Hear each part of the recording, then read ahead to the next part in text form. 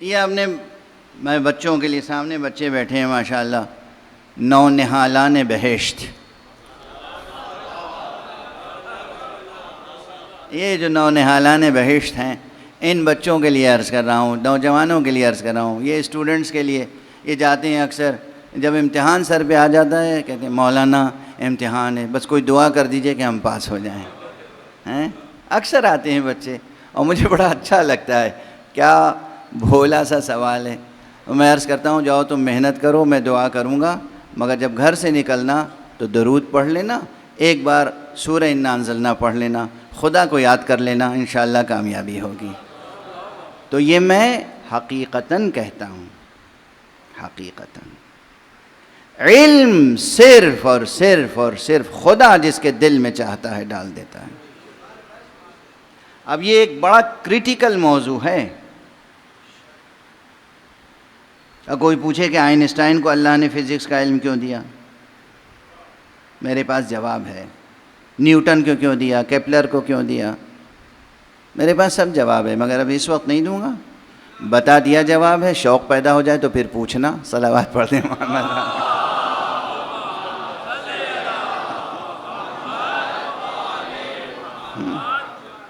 جس کو جتنا بھی علم دیتا ہے خدا دیتا ہے. خدا کی مصلحت ہے، خدا کی مرضی ہے، خدا کی مشیت ہے. اگر آپ کو بھی علم کے میدان میں چاہے دنیا کے علوم ہوں اور چاہے آخرت کے علوم ہوں، چاہے قرآن کے علوم ہوں، چاہے سائنسی علوم ہوں، زمین و آسمان کا کوئی علم بھی حاصل کرنا ہو، خدا پہ بھروسہ رکھیے، خدا والوں کا دامن تھام کے رکھیے. ٹھیک ہے؟ اچھا بس اب واعظ نصیحت ہو گئی، اتنی کافی ہے. حالانکہ یہ بھی فضیلت کا باب تھا. جو آیت آپ کے سامنے میں نے تلاوت کی عجیب و غریب آیت ہے. ارشاد الہی ہے وَلَوِ اتَّبَعَ الْحَقُّ أَهْوَاءَهُمْ لَفَسَدَتِ السَّمَاوَاتُ وَالْأَرْضُ وَمَنْ فِيهِنَّ. اگر حق ان کی خواہشات کی پیروی کر لے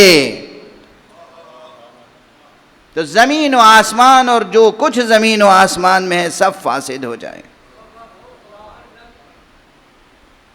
وَلَوِ اتَّبَعَ الْحَقُّ أَهْوَاءَهُمْ. اگر حق ان کی خواہشات نفس کی پیروی کر لیتا یا کر لے، دونوں ترجمے اپنی جگہ درست ہیں، تو پھر کیا ہوگا؟ زمین و آسمان سب میں فساد برپا ہو جائے گا. فساد سے مراد کیا ہے؟ دیگر گوں ہو جائیں گے. یہ نظام کون و مکان مزمحل ہو جائے گا، باطل ہو جائے گا، زمین آسمان پر آ جائے گا، آسمان زمین پر آ جائے گا، زمین پاش پاش ہو جائے گی، دیگر گوں ہو جائیں گے، کائنات کا نظام بکھر کے رہ جائے گا اگر حق ارباب ہوس کی خواہشوں کا پابند ہو جائے. کس کا اعلان ہے یہ؟ قرآن مجید میں اعلان ہے اللہ سبحانہ و تعالیٰ کا. اس کے معنی یہ ہیں، یہ یاد رکھیے کہ حق کچھ بھی ہو جائے مگر وہ غیر حق کی پیروی کبھی نہیں کر سکتا.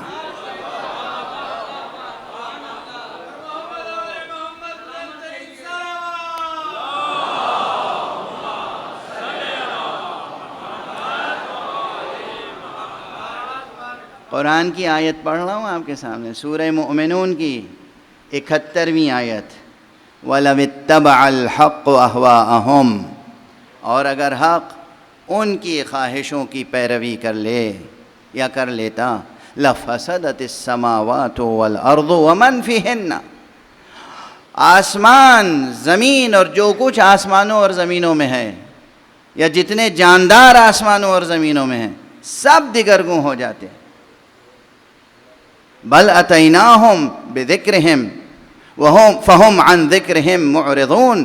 بلکہ ہم نے تو ان کو ان کے لیے نصیحت کی کتاب ذکر عطا کیا ہے اور وہ اس ذکر سے روگردانی کرتے ہیں، وہ اس کتاب سے روگردانی کرتے ہیں. اس وقت اتنی ہی گفتگو کر سکوں گا، چونکہ اگر اس آیت کے ایک ایک کلمے پہ گفتگو ہو اور خاص طور سے لفظ ذکر پہ گفتگو ہو تو گفتگو بہت طولانی ہوگی.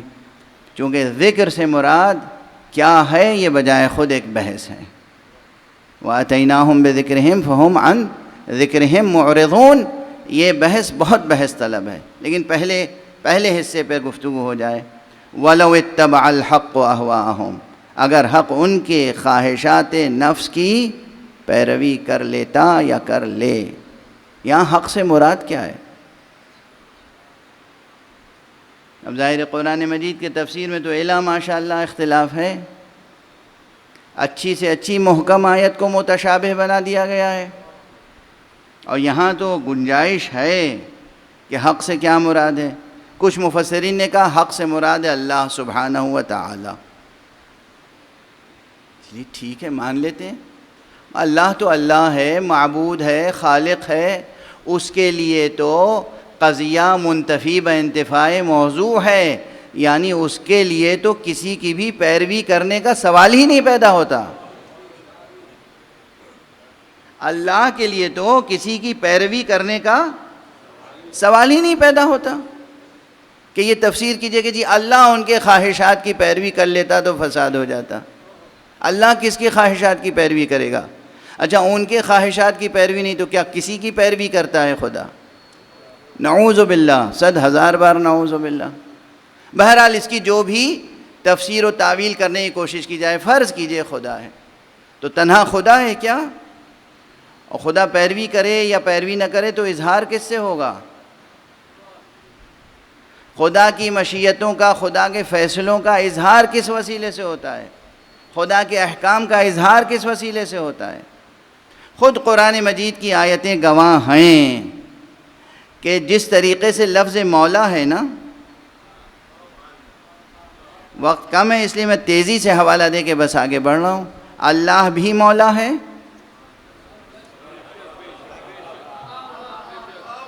اللہ بھی مولا ہے، اللہ کے رسول بھی مولا ہیں، اور جس کے مولا اللہ کے رسول ہیں اس کے مولا علی ہیں.